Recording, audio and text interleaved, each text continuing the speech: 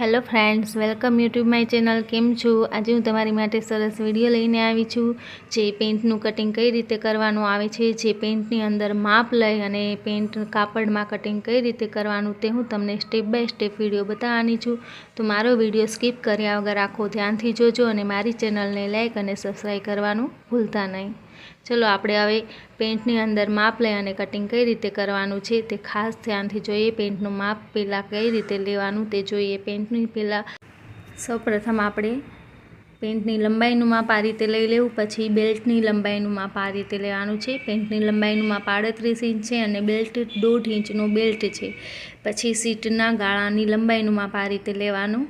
સીટના ગાળાની લંબાઈનું માપ આ રીતે લઈ લેવું.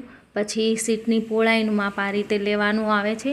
પછી આ રીતે સીટની પહોળાઈનું માપ લેવાનું અને પછી જે તમારો ઘૂંટણનો ભાગ સાઈડ આવે છે તેની પહોળાઈનું માપ આ રીતે લેવાનું આવે છે. અને પછી નીચે મોળીની પહોળાઈનું માપ આ રીતે મોળીની પહોળાઈનું માપ લઈ લેવું.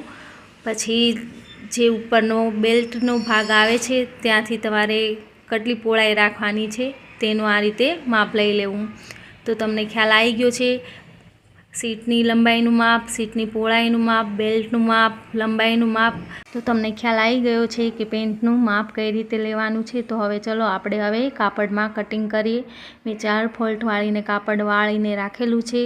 તો તેની અંદર પહેલાં નીચેનો જે કાંગરીવાળો ભાગ છે તેને કટ કરવા માટે આપણે લાઇનિંગ આ રીતે દોરી લઈ. પછી નીચે મોળી વાળવાનું 1 ઇંચનું જે મોળી વાળવાનું આવે છે તે આ રીતે આપણે લાઇનિંગ દોરીને ટીક કરી લેવું.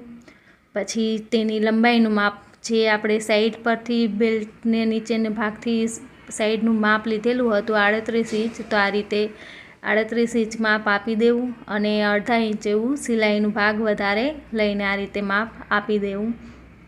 પછી આ રીતે જે ઉપર કમરની પહોળાઈનું માપ લીધેલું છે તે કમરની પહોળાઈનું આ રીતે 11 ઇંચ માપ આપવાનું છે. પછી તે જે તમારી ગાળાની લંબાઈનું માપ છે 13 ઇંચનું, મારે તો મેં 13 ઇંચનું આ રીતે માપ આપેલું છે. અને જે કમરની પહોળાઈનું માપ છે તેના કરતાં ગાળાની પહોળાઈનું માપ તમારે 3 ઇંચ વધારે આપવાનું છે. આ રીતે 3 ઇંચનું માપ આપી અને એક બોક્સ આ રીતે લાઇનિંગ આપીને એક બોક્સ બનાવી લેવું છે. તમને ખ્યાલ આવે નીચે મોળીનું માપ આપવાનું છે તે કઈ રીતે માપ આપવાનું છે તો તમને ખ્યાલ આવી જાય. પછી આ રીતે એક રાઉન્ડ સાઈડમાં આપી દેવું. પછી જે તમારી લંબાઈનું માપ આપેલું છે ત્યાંથી 3 ઇંચ અને જે આ બાજુ ગાળાની પહોળાઈનું સાઈડમાં ભાગ છે ત્યાં 3 ઇંચ આપવાનું, એટલે જે તમારું મોળીનું માપ છે તે પરફેક્ટ આવી જશે. અને જે તમારી સીટનું માપ છે તે પણ એકદમ પરફેક્ટ આ રીતે માપ આવી જશે. અને જે તમારું આ રીત નીચે ઘૂંટણનું માપ છે તે પણ એકદમ પરફેક્ટ આવી જશે. અને જે તમારું કમરનું માપ લીધેલું છે એટલે આખું તમારે કટિંગ કરવાનું સહેલું પડશે અને આનું માપ પણ તમને પરફેક્ટ આવી જાય છે. જે તમારે ઉપર ગાળાનું માપ લીધેલું છે તો પાછળના ભાગનું જે ગાળાનું લંબાઈનું માપ 1 ઇંચ વધારે આ રીતે લેવાનું આવે છે.